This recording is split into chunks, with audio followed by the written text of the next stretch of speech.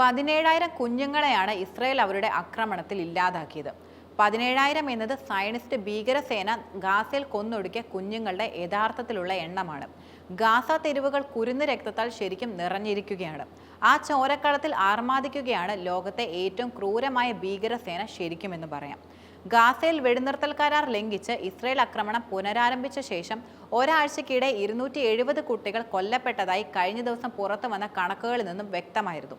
ഒക്ടോബറിൽ ആക്രമണം തുടങ്ങിയ ശേഷം കുഞ്ഞുങ്ങൾക്കെതിരെ ആക്രമണം ഇത്രയും ഭീകരമായി നടക്കുന്നത് ആദ്യമായിട്ടാണെന്നാണ് കണക്കുകൾ പുറത്തുവിട്ട സേവ് ദി ചിൽഡ്രൻ വെളിപ്പെടുത്തുന്നത്. ഇന്നലെ മാത്രം ഗാസയിൽ 7 കുട്ടികളാണ് കൊല്ലപ്പെട്ടിട്ടുള്ളത്. തുടർച്ചയായിട്ടാണ് ബോംബുകളെല്ലാം വർഷിക്കപ്പെടുന്നത്. ആശുപത്രികൾ തകർക്കപ്പെടുകയും കുഞ്ഞുങ്ങൾ കൊല്ലപ്പെടുകയും ചെയ്യുമ്പോഴും ലോകം നിശബ്ദതയിലാണെന്ന് save the children humanitarian director Rachel Cummings ചൂണ്ടിക്കാട്ടുകയുണ്ടായി. ആക്രമണം പുനരാരംഭിച്ചത് തന്നെ ഗാസയിലെ കുഞ്ഞുങ്ങൾക്കുള്ള വധശിക്ഷയാണെന്നും അവർ വ്യക്തമാക്കിയിട്ടുണ്ട്.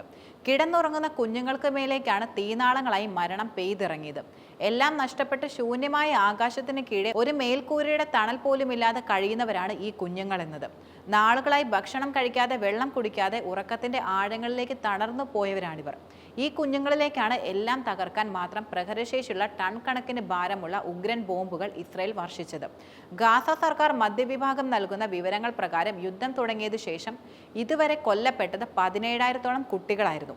കുട്ടികളെ പട്ടിണി കിടുകയും ആക്രമിക്കുകയും ചെയ്യുന്നത് ഒഴിവാക്കാനുള്ള ഏക മാർഗം വെടിനിർത്തൽ കരാർ നടപ്പിലാക്കുക എന്നതും സേവ് ദി ചിൽഡ്രൻ സംഘടന ശക്തമായി തന്നെ ചൂണ്ടിക്കാട്ടുന്നുണ്ട്.